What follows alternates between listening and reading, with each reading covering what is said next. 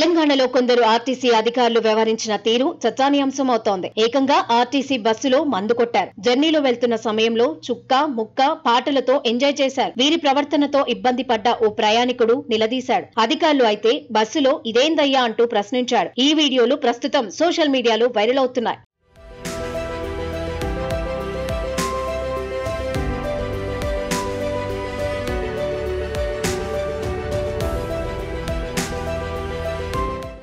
మహబూబాబాద్ జిల్లా Thorrur RTC depot పరిధిలో ఈ సంఘటన జరిగింది. మొన్న TGS RTC JAC chairman Eeduri Venkanna పిలుపు మేరకు హైదరాబాద్ ఇందిరా పార్కు వద్ద ధర్నా చేశారు. ఆర్టీసీని ప్రభుత్వంలో విలీనం చేయాలని డిమాండ్ చేశారు. ఈ ధర్నాలో తెలంగాణ నలుమూలల నుంచి ఆర్టీసీ అధికారులు పాల్గొన్నారు. తొర్రూరు డిపో నుంచి కూడా 10 మంది ఆర్టీసీ అధికారులు హాజరయ్యారు. ధర్నాలో పాల్గొన్న తర్వాత తొర్రూరు తిరుగు పయనమయ్యారు. రిటర్న్ జర్నీలో రాత్రి ఆర్టీసీ బస్సులో ప్రయాణం చేశారు. ఈ క్రమంలో బస్సు వెనకాల సీట్లో మందు సిట్టింగ్ వేశారు. అందులో ఉన్న ప్రయాణికులకు ఇబ్బంది కలుగుతుందని కూడా ఆలోచించలేదు. బస్సునే బార్ గా మార్చేసుకున్నారు. ముక్క చుక్క ఆర్టీసీ బస్సులో వచ్చే పాటలతో ఎంజాయ్ చేయడం మొదలు పెట్టారు. బస్సులో ఉన్న కండక్టర్ కూడా వారు చేస్తున్న పనికి ఎదురు చెప్పలేదు. పైగా వారిలో కలిసిపోయాడు.